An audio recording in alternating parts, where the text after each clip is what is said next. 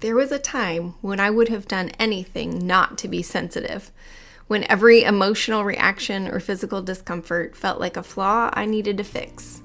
But over time, something shifted. Today, I hold my sensitivity with reverence. This episode is all about that transformation, the honest, often messy journey that took me from resistance and resentment to the eventual acceptance and what it really means to embrace your sensitive nature. Hey lady, welcome to the Highly Sensitive Woman podcast. Do you struggle with self-doubt, setting boundaries, or feeling overwhelmed? My name is Alyssa, and I'm a highly sensitive woman who spent years trying to fit in, ignoring my own needs, and living in constant fear of disappointing others. But I finally discovered the power of embracing who I am, and now I don't feel so broken. In this podcast, you'll learn to find your voice, set boundaries, and live with bold confidence and inner peace. Grab a cozy blanket. It's time to connect with someone just like you.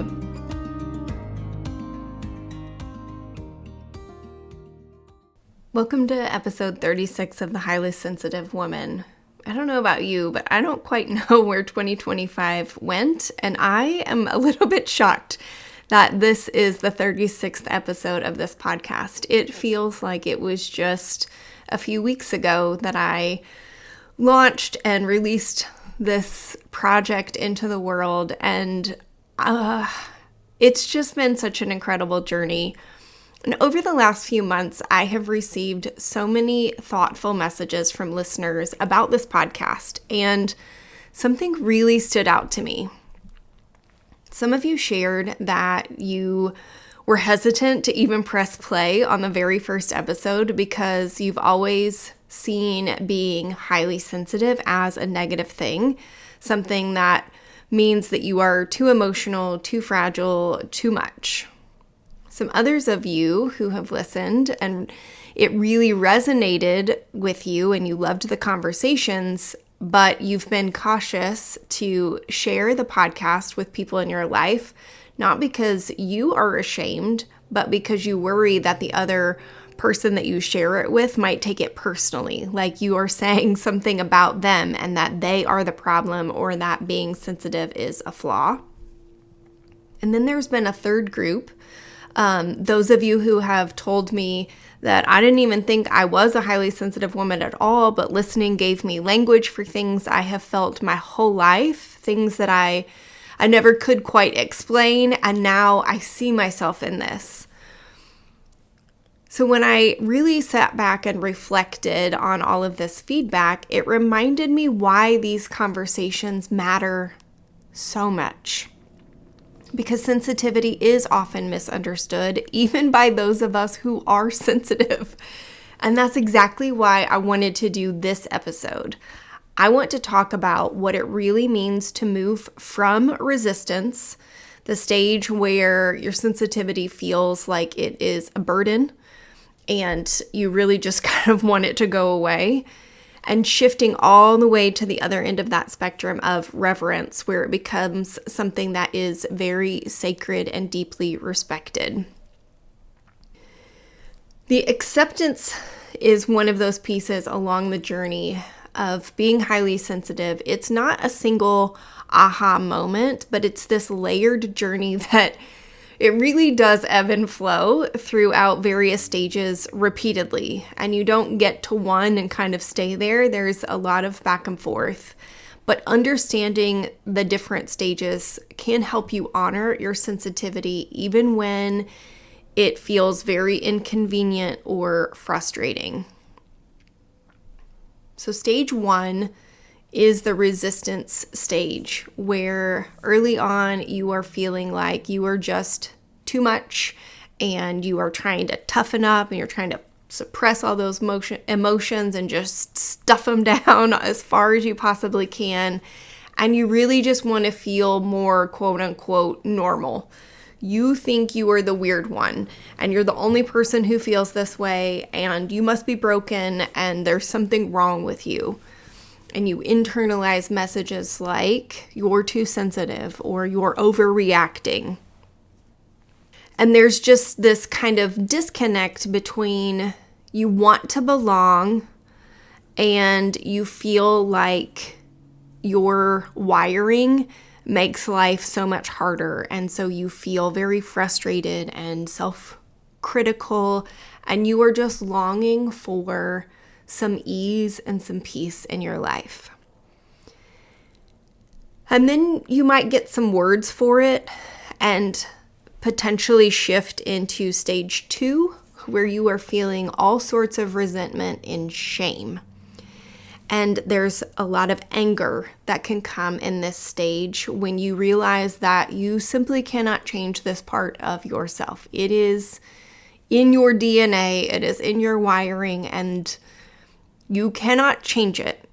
And your only option is to live with it. And so there's so much resentment because your sensitivity now starts to feel like a limitation or a burden.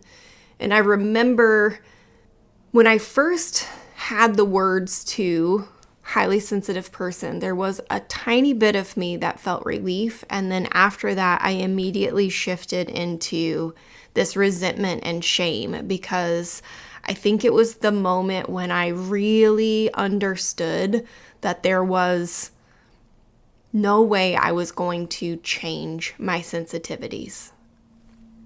And I had not made it to stage 3 of acceptance and understanding. And I just felt so much shame and resentment and anger.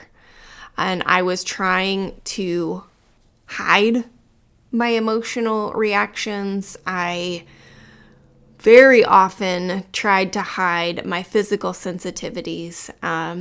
And being in loud spaces, or even having the television on too loud at home, or the lights being too bright or too dim. Honestly, there is a very, very sweet spot for me when it comes to light. My sensitivity to fragrances to the point that I have to take allergy medication on a daily basis. And I know that all of these are in varying degrees for each of us, but that's what it looked like for me. And I was angry about it, and not just frustrated.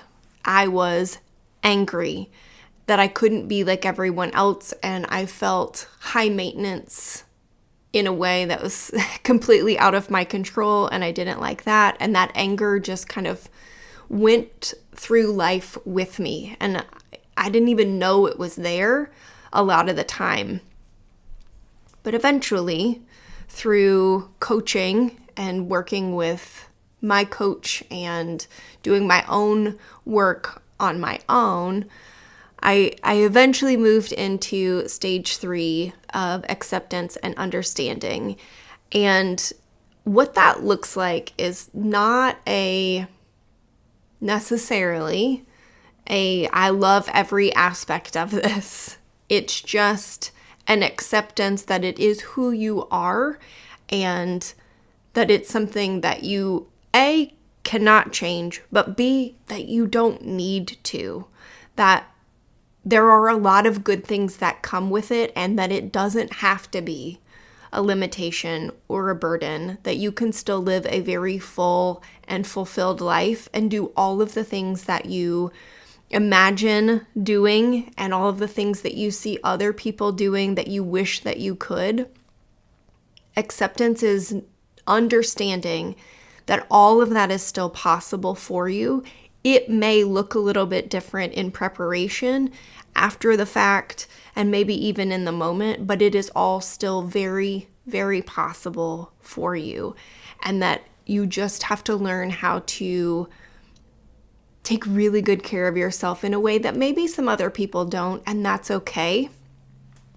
There is some relief that comes with realizing that being a highly sensitive woman is not a flaw, and it's just how you're wired. At this stage, it's a very active process.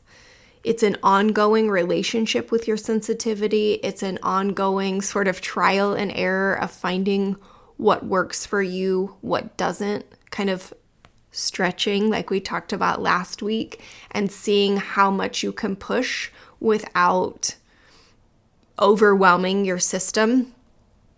and building your capacity for what you can handle. But it's not always easy.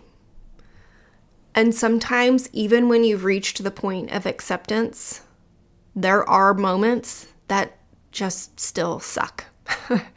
Recently, I was at someone else's home, and I have mentioned it is beautiful fall weather, and it had been gorgeous during the day, but it was later in the evening, and the weather had shifted considerably, and I didn't have all of the clothes that I needed to stay warm, and so I borrowed a hoodie.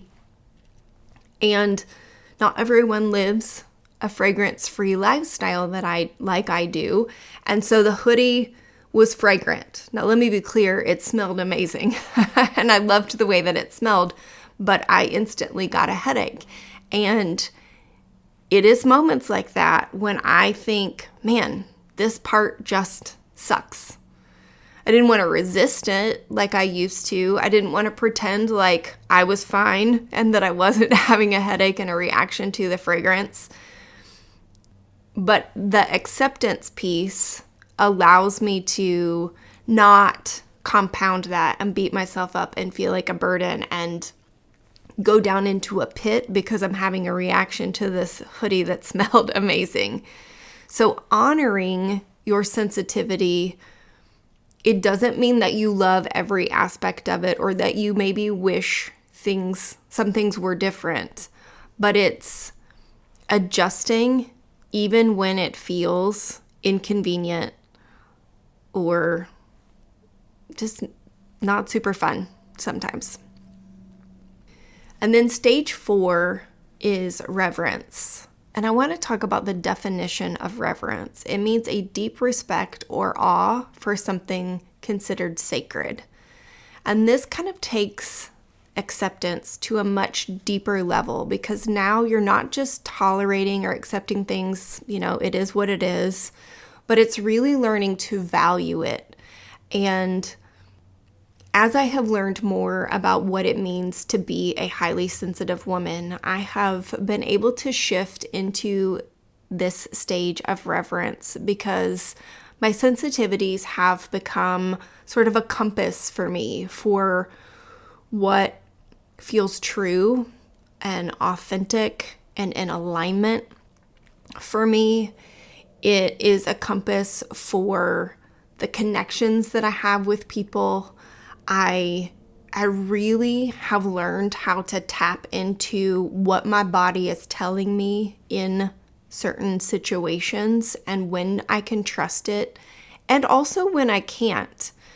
I'm able to sense kind of emotional undercurrents in conversations and pick up on things that maybe not everyone would be able to. My intuition really guides me in my relationships and interactions with people in my day-to-day life, and it is by far probably my greatest gift when it comes to my coaching and working with my clients, because I am able to bring a level of compassion and understanding to their situations and their circumstances and what they are going through, and I can relate to it in a way that maybe not everyone else can. And it allows me to have capacity for the empathy that I feel and the beauty that I see around me and being very present in moments. And all of that stems from being a highly sensitive woman. And all of that is in you too. Now, this reverence, it doesn't erase the hard parts. It is possible to have a deep respect for something and still wish that it felt easier sometimes. And I have talked about this in the past, but the word and this kind of paradox is very critical with this concept that you can have reverence for something and frustration at the same time. They can coexist.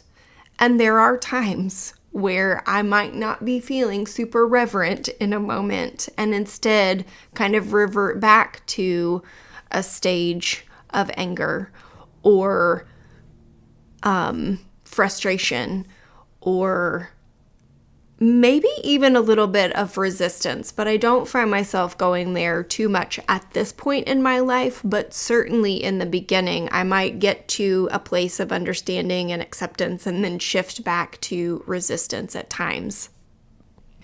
But I want to encourage you to hold this duality of reverence and frustration at the same time, and that you can, by doing so, honor your sensitivity without pretending that it is all light and ease and, as they say, rainbows and unicorns all the time, right? There are some challenges that come with it, and I don't want to pretend like accepting it and having a deep respect for it and the value that you see in it are mutually exclusive. So this week I invite you to take a moment and really reflect on, what stage are you in currently? Are you still in resistance?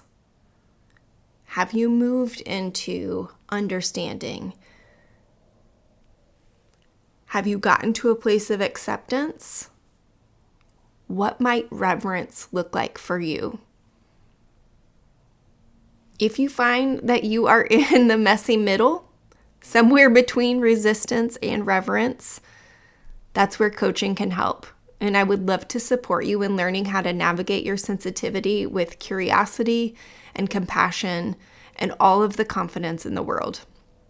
You can schedule a consultation through the link in the show notes. And I just want to leave you with one last thought. Our sensitivity may not always feel convenient, but it's a sacred part of what makes us who we are. And learning how to honor it, even on those very hard days, is one of the most profound acts of self-respect there is. Until next time, take care. I hope you enjoyed today's episode. If so, would you take 30 seconds and share it with a friend who may be feeling like she's broken too? I'd love it if you'd leave a quick review for the show on Apple Podcasts. It brings me so much joy to know this podcast is helping you. Now it's time for me to stop talking and go soothe my senses in nature. I'll meet you back here next week for another episode. Take care.